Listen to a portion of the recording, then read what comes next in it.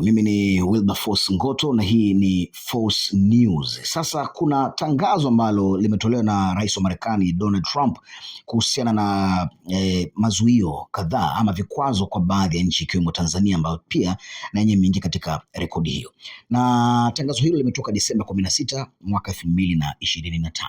Lakini nchi nyingine ambazo zimewekwa katika utaratibu huo ni pamoja na Angola, Benin, Cote d'Ivoire, Gabon, Gambia, Malawi, Mauritania, Nigeria, Senegal, Zambia pamoja na Zimbabwe.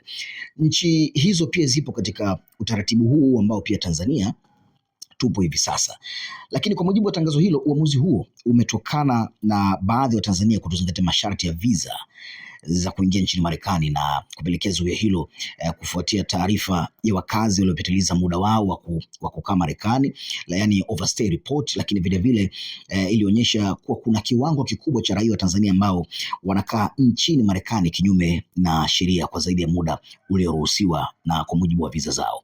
Lakini mbali na hiyo, taarifa hiyo pia ikaonyesha kuwa Tanzania imekuwa na kiwango kikubwa cha ukaaji wa zaidi ya muda kwa 8.3% kwa visa zote za B1, B2, visa za biashara na utalii, yani 13.97% kwa visa za kundi la FM na J ambazo ni visa za wanafunzi, mafunzo ya ufundi pamoja na programu za kubadilishana, yani exchange programs, iko hivyo. Lakini kwa mujibu wa taarifa hiyo pia viwango hivyo hivyo vilitathminiwa kuwa vinazidi hali ya kawaida inayokubalika chini ya sera za uhamiaji za Marekani, na hivyo kupelekea Tanzania pia kujumuishwa katika kundi hilo la vizuizi hivyo ambavyo nimevisema hapo awali.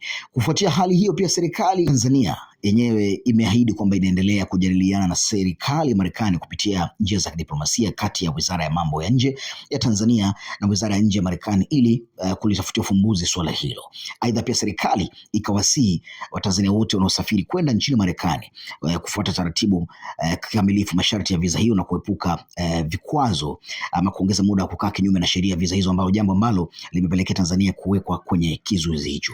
Wewe unasemaje? Maoni yako? Je, pengine wengine wameingia mtandaoni na kuandika kwamba pengine inaonekana labda ni kutokana na zile vurugu zilizotokea Oktoba 29, labda pengine taifa la Tanzania sura yake imechafuka huko nje. Mimi sifahamu, lakini wenyewe kwa jinsi walivyoelezea kutokana na taarifa hiyo ya tangazo hilo kutoka Marekani, imeainisha sababu za msingi ambazo zimepelekea Tanzania pia kujumuishwa humo. Kwa sababu ukisema Tanzania labda kuhusianisha na masuala yaliyotokea Oktoba 29 hapa, vurugu zile na mambo yanayozungumzwa hapa na pale, kuna nchi kadhaa ambazo pia tumezifafanua ama tumeziorodhesha katika tangazo hilo. Mimi ni Wilberforce Ngoto, endelea kusubscribe YouTube channel yetu ya Force News TZ, lakini pia endelea kutufuatilia kupitia mitandao yetu ya kijamii ikiwemo Instagram, Truth Social pamoja na X zamani Twitter kwa anwani hiyo hiyo ya Force News TZ.